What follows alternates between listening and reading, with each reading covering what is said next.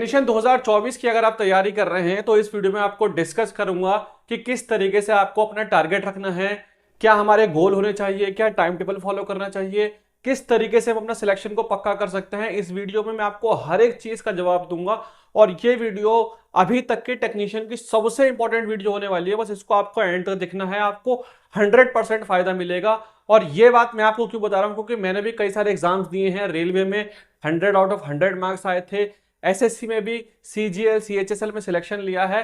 मेरे results channel पे पड़े हैं, आप चेक कर सकते हैं। डीएसएसबी में भी सिलेक्शन हुआ था, कई सारे सिलेक्शन हुए हैं जिसके रिजल्ट चैनल में डाल रखे हैं। मगर इस वीडियो में मैं आपको एक ऐसे स्ट्रेटजी बताने वाला हूं, अगर आप इसको ढंग से फॉलो करेंगे ना, मेरी गारंटी है कि आपका रिजल्ट जरूर आएगा और आपके बहुत अच्छे चांसेस हैं सिलेक्शन होने के। मगर आपको इस वीडियो को समझना पड़ेगा। स्टूडेंट्स क्या करते हैं आजकल, उसके पास बिल्कुल भी टाइम नहीं है, 5 मिनट भी नहीं है चीजों को समझने के लिए। आपको चीजों को समझना पड़ेगा। तो हम एक एक करके जो है स्टार्ट करते हैं अपना, कि हमें अपनी टेक्नीशियन की तैयारी को किस तरीके से लेकर चलना है, शुरू से लेकर एंड तक, सिलेक्शन तक हमें किन चीजों को ख्याल रखना है और कौन कौन सी गलतियां हैं जो नहीं करनी। हम एक एक चीज का डिस्कशन करेंगे। सबसे पहले हम डिस्कस करेंगे कि अगर हम टेक्नीशियन की तैयारी कर रहे हैं तो हमारा टारगेट क्या होना चाहिए, मतलब हम किस लेवल की तैयारी करें, क्योंकि कुछ समझ ही नहीं आ रहा। कंपटीशन इतना हाई हो चुका है, कट ऑफ इतनी हाई जाने वाली है, सब ये बोल रहे हैं कि बहुत तगड़ा कंपटीशन है। क्या एक्चुअल में इतना ही तगड़ा कंपटीशन है? थोड़ा सा रियलिटी को जानते हैं, थोड़ा सच्चाई के ऊपर बात करते हैं। देखो, आप लोग सभी जानते हैं कि लास्ट टाइम जब एएलपी हुआ था तो 37 लाख बच्चों ने फॉर्म भरे थे, जबकि इस बार एएलपी में 19 लाख बच्चों ने फॉर्म भरे हैं। तो लगभग जो फॉर्म भरने की संख्या थी वो आधी हो गई है। वैकेंसी पिछली बार बहुत ज्यादा थी, इस बार वैकेंसी बहुत कम है। मगर फिर भी अगर आप एक चीज देखते हो कि पिछली बार से अगर हम कंपेयर करते हैं तो पिछली बार सिग्नल एंड टेलीकम्युनिकेशन की 5,600 के आसपास वैकेंसी थी, ठीक है।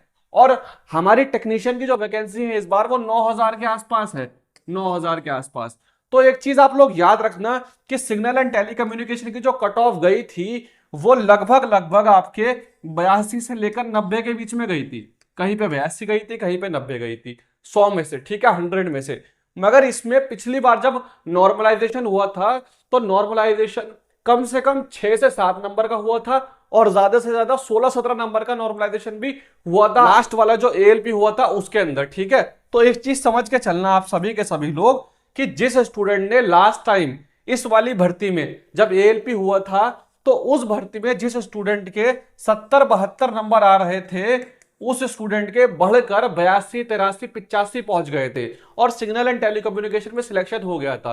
तो पिछली बार सिग्नल एंड टेलीकम्युनिकेशन की जिसकी कट ऑफ सबसे ज्यादा हाई गई थी उसकी वैकेंसी 5,500 थी। इस बार जो वैकेंसी है वो हमारी 9,000 है। टेक्नीशियन की अगर बात करूं, मैं यहां पर टेक्नीशियन को कंपेयर कर रहा हूं सिग्नल एंड टेलीकम्युनिकेशन को, जिसकी कट ऑफ सबसे हाई गई थी, ठीक है। तो अगर हम कंपेयर करके देखते हैं तो सिग्नल एंड टेलीकम्युनिकेशन की 5,500 थी, टेक्नीशियन की 9,000 है। इस हिसाब से अगर हम देखते हैं तो कट ऑफ जो जाएगी वो 80 के अराउंड ही रहेगी, ठीक है। बहुत ऐसा भी नहीं जाएगा कि 90, 95, 100 चली जाए, 80 के आसपास रहेगी। और वो भी कब? जब आपका नॉर्मलाइजेशन हो जाएगा तब, ठीक है। और नॉर्मलाइजेशन कम से कम अगर 5 से 6 नंबर का भी होता है तो भी अगर आप पहला टारगेट जो है, हमारा पहला टारगेट है कि टेक्नीशियन के मॉक टेस्ट में या आप ऑफलाइन या ऑनलाइन कोई भी मॉक टेस्ट लगाते हो, अगर उसमें आप 100 में से 70 से 72 नंबर ले आते हो, ठीक है, मॉक टेस्ट में 70 से 72 अगर नंबर आप ले आते हो, पहला टारगेट है भी हमारा, हम इसको धीरे धीरे बढ़ाएंगे तो आप एक बहुत अच्छी पोजीशन में हो। अब सवाल पूछते हैं बच्चे कि हमें टारगेट कैसे रखना है, कि कैसे अचीव करने इतने नंबर भी, ठीक है। क्योंकि अगर आप 72-73 ले आओगे तो नॉर्मलाइजेशन के बाद वो वापस आपके 80-82 पहुंच जाएंगे और आपके सिलेक्शन के चांसेस हाई हो जाएंगे। 90, 95, 96 नहीं जाएगी, इतनी कट ऑफ नहीं जाएगी, ठीक है ना। पिछली बार पेपर भी बहुत आसान आया था और नंबर बच्चों के बहुत बड़े थे, जाके देख लो आप लोग। तो हमें टारगेट क्या करना है? देखो, सबसे पहले आप एक चीज देखो, जो आपका सिलेबस दिया गया है यहाँ पे, इस बार सिलेबस में 25 नंबर की मैथ्स है, 25 नंबर की रीजनिंग, 40 नंबर की साइंस और 10 नंबर की हमारी जर्नल अवेयरनेस जो है। अभी मैं आपको उसको समझाऊंगा कैसे टारगेट करना है। आपका सबसे पहले टारगेट होना चाहिए कि जो मैथ्स 25 नंबर की है इसमें कम से कम आप जो है 20 के आसपास नंबर लाने की कोशिश कीजिए, ठीक है। 4-5 सवाल छोड़ भी दीजिए, कोई दिक्कत नहीं है, मगर 20 नंबर आपके आने चाहिए। सिलेक्शन चाहिए, सरकारी नौकरी चाहिए तो इतने नंबर लाने पड़ेंगे, ठीक है। रीजनिंग सबकी ठीक होती है, 25 में से आपको कम से कम 22 से 23 का टारगेट रखना है, ठीक है। और साइंस सबसे इंपॉर्टेंट है, साइंस अगर 40 नंबर की आती है और अगर आपकी कमजोर भी है तो भी आप जो है 25 से जो है 26 नंबर का टारगेट अपना रख सकते हैं। 25-26 नंबर साइंस में लाना कोई बहुत बड़ी बात नहीं है। ये कैसे लाना है वो मैं आपको बताऊंगा, वो मैं आपको इसी वीडियो में डिस्कस करूंगा कि 25-26 नंबर आप बहुत आराम से ला सकते हैं, मगर उसके लिए साइंस में आपको कुछ इंपॉर्टेंट टॉपिक करने होंगे। साइंस एक बहुत इंपॉर्टेंट फेज है आपका, मगर उसको टैकल कैसे करना है, उसको कैसे आपको डील करना है, वो मैं समझाऊंगा इसी वीडियो में आपको। और 10 नंबर की अगर आपकी करंट अफेयर आ रही है, इसमें अगर आप 5 या 6 नंबर भी ले आते हो तो बहुत है इतने भी। अब इसको अगर आप जोड़ के देखते हो, मैं सबसे कम मान के चल रहा हूं यहाँ पे, 25 और 5 30, 30 और 20 आपके 50, 50 और 23 आपके लगभग 73 के आसपास नंबर हो जाएंगे।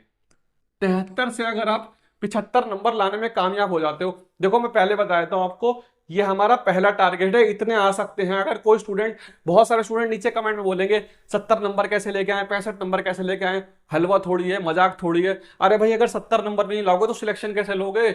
यहाँ पर बहुत ज्यादा कंपटीशन है, सिलेक्शन के लिए इतने नंबर लाने पड़ेंगे, ये सब टारगेट अचीव करने पड़ेंगे तभी सिलेक्शन होगा।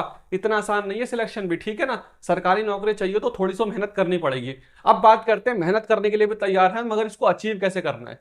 सबसे पहले हम डिस्कशन करेंगे कि हमें अगर साइंस में अपने नंबर चाहिए 25 से 26, तो उसके लिए हमें क्या करना पड़ेगा। तो सबसे आसान तरीका यह है कि आपको पहले जो सबसे स्कोरिंग टॉपिक हैं, जो सिलेबस में दिया गया, जिसमें से सबसे ज्यादा क्वेश्चन पूछे जाते हैं, हमें उनको टारगेट करना है। जैसे फॉर एग्जांपल अगर मैं बात करता हूं यहां पर, तो सबसे इंपॉर्टेंट है फिजिक्स। फिजिक्स सबसे इंपॉर्टेंट है आपकी, ठीक है, क्योंकि इसी में से आपका सबसे ज्यादा पोर्शन आएगा 40 में से। फिजिक्स में आपको क्या क्या करना है, फिजिक्स में आपको वर्क, एनर्जी एंड पावर, ठीक है, इसमें से सबसे ज्यादा क्वेश्चन आते हैं कि पावर का फॉर्मूला क्या होता है, एनर्जी क्या होती है, नेगेटिव वर्क क्या होता है, इससे रिलेटेड, ठीक है। फिर उसके बाद आपकी तरंग जो होती है, तरंग, तरंग से भी काफी क्वेश्चन पूछे जाते हैं आपके, वेव जो होती है, ठीक है। फिर उसके बाद साउंड, जो ध्वनि होती है आपकी, ठीक है, यानी हम कितना सुन सकते हैं, हमारी जो रेंज होती है 20 हर्ट्ज से 20,000 हर्ट्ज तक, ठीक है। यह अल्ट्रासोनिक वेव क्या होती है, ठीक, इंफ्रासोनिक क्या होती है, क्या ध्वनि जो होती है, ध्वनि, इसके बारे में कई सारे न्यूमेरिकल बन जाते हैं, ठीक है। तरंग दैर्घ्य क्या होता है हमारा, ठीक है, आवर्ती क्या होती है हमारी, इस टाइप के जो क्वेश्चन है हमारे, वो बहुत ज्यादा पूछे जाते हैं। उसके बाद अगर हम बात करते हैं हीट की, ऊष्मा की, इससे रिलेटेड बहुत क्वेश्चन आते हैं हमारे, ठीक। इसमें कई सारे जो नियम होते हैं वो भी पूछे जाते हैं। उसके बाद हमारे जो लाइट होता है, कि लाइट की जो स्पीड होती है वो कितनी स्पीड होती है, ठीक है। और इस तरीके के जो क्वेश्चन है वो सबसे ज्यादा रेलवे में पूछे जाते हैं। इसके बाद हमारा इलेक्ट्रिसिटी, विद्युत जो होता है, सबसे ज्यादा न्यूमेरिकल जो आएंगे आपके विद्युत से, ठीक है। और आपका चुंबक जो होता है ना, जिसको हम मैग्नेटिज्म बोलते हैं, इसी से रिलेटेड आपके न्यूमेरिकल पूछे जाते हैं, तो ये बहुत इंपॉर्टेंट है। फिर आपका गति का जो है चैप्टर, मोशन का, जिसमें आपके न्यूटन के लॉ जाते हैं, या सैटेलाइट ग्रेविटेशन, ये आपको कवर करना है। और उसके बाद आपको करना है यूनिट्स, जो मात्रक होते हैं आपके, एसआई यूनिट जो होते हैं, ठीक है, सरफेस टेंशन का, ल्यूमिनस इंटेंसिटी का, इस तरीके के जो आपके ऐसा यूनिट होते हैं, ये बहुत ज्यादा पूछे जाते हैं। तो फिजिक्स में अगर आप ये 7-8 टॉपिक कर लेते हो तो आपके लिए बहुत इंपॉर्टेंट है आपको, ठीक है। मैं अभी आपको कुछ डेटा दिखाऊंगा जो बहुत ज्यादा बेनिफिशियल रहेगा। इसको तैयार कैसे करना है इस वीडियो में मैं आपको हर एक चीज क्लियर कर दूंगा, ठीक है। मगर आपको पूरे वीडियो को समझना पड़ेगा कि मैं आपको क्या चीज बता रहा हूं और क्या डेटा दिखा रहा हूं। उसके बाद आपको मैं दिखाऊंगा नेक्स्ट, अगर हम बात करते हैं, एक पोर्शन दिया गया आपका सिलेबस के अंदर, लाइफ साइंस, ठीक है, लाइफ साइंस 10th क्लास के एनसीईआरटी में। तो 10th क्लास के एनसीईआरटी में आपको लाइफ साइंस में क्या क्या कवर करना है, एक आपको करना है 10 सेल, जो कोशिका वाला चैप्टर है ये वाला, ठीक है। कोशिका की खोज किसने की, कोशिका में केंद्र की खोज किसने की, इस तरीके के क्वेश्चन जो होते हैं। फिर आपका ह्यूमन बॉडी, यानी ह्यूमन बॉडी में रिलेटेड आपका श्वसन तंत्र जो होता है, ठीक है, प्रजनन तंत्र होता है, श्वसन तंत्र होता है, हड्डियों से, हार्ट से, ठीक है, ब्रेन से, मस्तिष्क से, हृदय से, इससे बहुत ज्यादा क्वेश्चन आपके पूछे जाते हैं टेक्नीशियन के एग्जाम में। नेक्स्ट बात करते हैं एनिमल किंगडम की और आपका प्लांट किंगडम की। ये दोनों सबसे फेवरेट जो है उसके चैप्टर हैं। अगर रेलवे की बात करते हैं, इन दोनों में से बहुत सारे क्वेश्चन आपको देखने को मिलेंगे। ऑर्थोपोडा कैटेगरी में क्या क्या आता है, मोलस्का में कौन कौन सा जीव जंतु आते हैं, ठीक है, एनिलिडा में कौन कौन से आते हैं, इस तरीके से जो है आपके बहुत सारे क्वेश्चन बनते हैं। उसके बाद प्लांट किंगडम की बात करते हैं, कि प्लांट किंगडम के अंदर कौन कौन से हार्मोन जो होते हैं वो वर्क करते हैं, ठीक है, जाइलम फाइलम का क्या काम होता है, इस तरीके के आपके बहुत सारे क्वेश्चन पूछे जाते हैं। नेक्स्ट अगर हम बात करते हैं बीमारियों की, वायरस से, प्रोटोजोआ से, ठीक है, बैक्टीरिया से कौन कौन सी बीमारियां होती हैं, इससे रिलेटेड आपका एक ना एक क्वेश्चन जरूर फंसता है और बहुत इंपॉर्टेंट टॉपिक रहते हैं। नेक्स्ट इसके बाद बात करते हैं हम बायोमोलिक्यूल्स की, जिसको हम पोषक तत्व कहते हैं, ठीक है। जब लाइफ साइंस की बात चलेगी आपकी, तो ये वाले इंपॉर्टेंट टॉपिक है आपका लाइफ साइंस में, जिसके अंदर आपका विटामिन आ जाता है, ठीक है, प्रोटीन आता है कि प्रोटीन से क्या होता है, ठीक है, प्रोटीन की कमी से बच्चों को कौन सी बीमारी हो जाती है, या फिर आपका कार्बोहाइड्रेट जो होता है वो कितने टाइप के होते हैं। इस तरीके के जो क्वेश्चन होते हैं ये बहुत इंपॉर्टेंट रहते हैं रेलवे के अंदर। जो चीज मैं आपको बता रहा हूं ये 5 टॉपिक है, 6 टॉपिक हैं जो आपके लाइफ साइंस में 10th क्लास में एनसीईआरटी में दिए गए हैं, जिसको करना बहुत जरूरी है। नेक्स्ट इसके आगे अगर हम बात करते हैं केमिस्ट्री की, तो कौन कौन से इंपॉर्टेंट हैं, तो यहां पर जो है आपके 7 टॉपिक जो है वो केमिस्ट्री में रेलवे के बहुत ज्यादा इंपॉर्टेंट हैं। इन 7 को कवर कर लेंगे आप तो बहुत इंपॉर्टेंट रहेगा। ये टोटल मिला के आपके 17 से 18 टॉपिक है, इसी में से आपके 26-27 नंबर कंफर्म हो जाएंगे। जैसे आपका एटॉमिक स्ट्रक्चर से बहुत क्वेश्चन पूछे जाते हैं कि परमाणु की खोज किसने की थी, इलेक्ट्रॉन प्रोटॉन की खोज किसने की थी, उसके बाद पीरियोडिक टेबल कितने टाइप की है, डावर्नियर ने क्या किया था इसके अंदर, ठीक है, मेंडलीफ ने क्या नया किया था, ये सब चीजें। फिर एसिड बेस एंड सॉल्ट, अम्ल क्षार से रिलेटेड, उसके बाद मेटल नॉन मेटल, धातु अधातु, कार्बन एंड कंपाउंड, ठीक है, कार्बन के कितने कंपाउंड होते हैं, किस किस टाइप से बन सकते हैं, या फिर इसके अंदर अगर हम बात करते हैं इसके कंपाउंड जो होते हैं वो किस किस टाइप के होते हैं, केमिकल रिएक्शन जो होता है, रासायनिक अभिक्रियाएं, और फिर केमिस्ट्री इन एवरीडे लाइफ, जैसे आपका सीमेंट से रिलेटेड के सीमेंट में जिप्सम का क्या काम होता है, या साबुन कितने टाइप के होते हैं, साबुन का फॉर्मूला क्या होता है। इस टाइप के जो क्वेश्चन है वो आपके केमिस्ट्री से बहुत ज्यादा पूछे जाते हैं। तो अगर ओवरऑल अगर आप इन टॉपिक को कवर कर लेते हैं तो यकीन मानिए कि आपका सिलेक्शन के चांसेस बहुत अच्छे हो जाएंगे। और साइंस में इससे बाहर आपको ज्यादा कुछ पढ़ने की जरूरत नहीं है, इतना मोर देन सफिशिएंट रहेगा।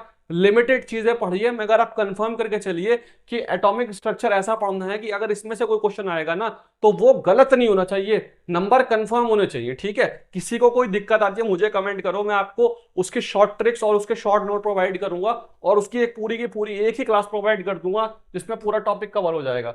मैंने अपने चैनल पर डाल भी रखा है, पीरियोडिक टेबल डाल रखी है, ठीक है, metal non metal carbon compound बहुत ही आसान तरीके से समझा रखा है, ठीक है, क्योंकि मैंने टेक्स्ट बुक पे पहले पढ़ाया करता था, टेक्स्ट बुक पे अभी छोड़ दिया है, ठीक है। टेक्स्ट बुक पे कई सारे कोर्स जो थे मेरे थे वहां पे, सीजीएल को, सीडीएस को, ठीक है, यूपीएससी तक को काफी सारे स्टूडेंट को पढ़ाया है, जिसमें से काफी स्टूडेंट ने सिलेक्शन लिया है। इस चैनल पे भी काफी पढ़ाया है। अगर किसी को कोई दिक्कत आती है तो मुझे बताओ, फ्री ऑफ कॉस्ट में आपको क्लास प्रोवाइड करूंगा और हर एक चीज को डिटेल में समझाऊंगा, ठीक है। नेक्स्ट हम आगे बात करते हैं, ये तो हमारी बात हो गई साइंस की। इसके आगे एक और इंपॉर्टेंट टॉपिक रहता है हमारा, वो रहता है हमारा जनरल अवेयरनेस का। देखो आपको समझना पड़ेगा कि जनरल अवेयरनेस में हिस्ट्री, ज्योग्राफी, ठीक है, ये सब चीजें नहीं पूछी जाएंगी। जनरल अवेयरनेस में इसमें साफ साफ लिखा है current affair, science and technology. Science and technology का मतलब क्या है, डीआरडीओ से, इसरो से, बार्ग से। बहुत सारे बच्चों को ये लगेगा कि 10 नंबर का तो हिस्ट्री, ज्योग्राफी, पॉलिटिकल साइंस में से आएगा, इकोनॉमिक्स में से आएगा, ऐसा नहीं है, ठीक है, आएगा, मगर करंट अफेयर आएगी इसमें से 10 नंबर की, वो लगभग करंट अफेयर है, कंफ्यूज करने के लिए दे रखा है वहां पे। हिस्ट्री ज्योग्राफी मत पढ़ने बैठ जाना, 10 नंबर को आपको पढ़नी है, लिखा हुआ है साफ साफ यहाँ पे, current affair in science and technology. Sports, जैसे अभी आईपीएल आ रहा है, वर्ल्ड कप गया था, प्रो कबड्डी इससे रिलेटेड, उसके बाद कल्चर से रिलेटेड, ठीक है, डांस की फॉर्म वगैरह, ये पर्सनैलिटीज जो होती हैं हमारी, इनसे रिलेटेड काफी क्वेश्चन पूछे जाते हैं, ठीक है। उसके बाद जो हमारे इंपॉर्टेंट डेज होते हैं उससे रिलेटेड योजनाएं होती हैं, जो गवर्नमेंट की जो पॉलिसीज होती हैं उससे रिलेटेड काफी क्वेश्चन पूछे जाते हैं। लिमिटेड चीजें पढ़नी है, science and technology, ISRO, BARC, इन सब के बारे में पढ़ना है आपको, ठीक है, यूएन, यूनेस्को के बारे में थोड़ा बहुत पढ़ लेना है। उसके बाद स्पोर्ट्स, कल्चर, पर्सनैलिटीज, इकोनॉमिक्स और योजनाएं जो होती हैं, पॉलिसीज, इतना आपको पढ़ना है। रीजनिंग का मुझे नहीं लगता कि रीजनिंग के मुझे आपको कोई स्ट्रेटजी बताने की जरूरत है, रीजनिंग आप सब जानते हैं। मैथ्स में जो है आपको सबसे इंपॉर्टेंट जो है आपका वो क्या है, वो आपका अर्थमेटिक है, ठीक है। अर्थमेटिक में नंबर सिस्टम, बोर्ड मास, डेसिमल फ्रैक्शन, ठीक है, compound interest, simple interest, profit and loss, ये सबसे इंपॉर्टेंट है। और अगर आप एडवांस मैथ में ध्यान देना चाहते हैं तो ट्रिग्नोमेट्री पे, मेन सॉल्यूशन पे, ठीक है, ज्योमेट्री, ट्रिग्नोमेट्री और मेन सॉल्यूशन, इन चीजों पर ज्यादा ध्यान देके चलेंगे तो ज्यादा बेनिफिट रहेगा, ठीक है। अच्छा, अब हमें इनको कितना पढ़ना चाहिए, कि बहुत सारे स्टूडेंट का सवाल आता है कि कितना एटलीस्ट हमें तैयारी करनी चाहिए। तो एटलीस्ट जो स्टूडेंट फुल्ली तैयारी कर रहे हैं, अभी मैं यहाँ पे वर्किंग प्रोफेशनल की बात नहीं कर रहा, जो काम करते हैं, जॉब करते हैं, उनकी बात नहीं, जो पूरा टाइम सिर्फ पढ़ना चाहते हैं, जॉब लेना चाहते हैं, बहुत अच्छा मौका है। अभी 9000 वैकेंसी कम नहीं होती, 9000 टेक्नीशियन में वैकेंसी है आपकी, और 5500 एएलपी में है, 4500 आरपीएफ में है, ठीक है। उसके बाद आपका सीजीएल है, सीएचएसएल है, बहुत सारी वैकेंसी है इस साल, गोल्डन अपॉर्चुनिटी है। एनटीपीसी भी आएगा इसी साल ग्रुप डी भी आएगा। तो अगर आप ढंग से इस चीज को तैयारी कर लेंगे तो सिलेक्शन के चांसेस बहुत हाई रहेंगे। एटलीस्ट आपको दिन भर में जो है आपको 11 से 12 घंटे पढ़ना पड़ेगा। बहुत सारे स्टूडेंट आएंगे, बहुत सारे लोग आएंगे, बोलेंगे कि मेरा सिलेक्शन हुआ था, बस मैं तो दिन में 4 घंटे पढ़ता था, दिन में 6 घंटे पढ़ता था। अरे सब झूठ बोलते हैं, उनके चक्कर में मत पढ़ना। इस टाइम 5-6 घंटे से कुछ नहीं होने वाला। लोग बहुत पढ़ रहे हैं, कंपटीशन अच्छा है। आप लोगों को भी 11-12 घंटे अगर दिन में पढ़ सकते हो तो सिलेक्शन के चांसेस बहुत हाई रहेंगे। मैं शुरू से लेकर एंड तक, जब से मैंने चैनल बनाया है, मैं हर स्टूडेंट को सिर्फ एक बात समझाता हूं। अगर आपका आईक्यू लेवल जो है दूसरे स्टूडेंट के आईक्यू लेवल बराबर है, आपका और दूसरे स्टूडेंट की याद करने की ताकत बराबर है, समझने की ताकत बराबर है, तो उससे आगे निकलने का आपके पास सिर्फ एक ही रास्ता है। अगर वो 8 घंटे पढ़ता है तो आपको 9-10 घंटे पढ़ना पड़ेगा, उससे ज्यादा टाइम देना पड़ेगा। जो ये स्क्रीन पे आप टाइम टेबल देख रहे हैं, ये मेरा टाइम टेबल था। इसको आप फॉलो कर सकते हैं अगर आप करना चाहते हैं। अच्छा, इसको मैंने डिटेल में डिस्कस भी कर रखा है पहले भी वीडियो में, लिंक डिस्क्रिप्शन में, वहां जाके चेक कर सकते हैं। मैं उम्मीद करता हूं कि ये वीडियो आपको काफी पसंद आई होगी। अगर आपको वीडियो अच्छी लगती है तो आपको सिर्फ 2 काम करने हैं, चैनल को सब्सक्राइब कर दीजिए और वीडियो को लाइक कर दीजिए। मिलते हैं नेक्स्ट वीडियो में, तब तक के लिए bye, all the best, take care.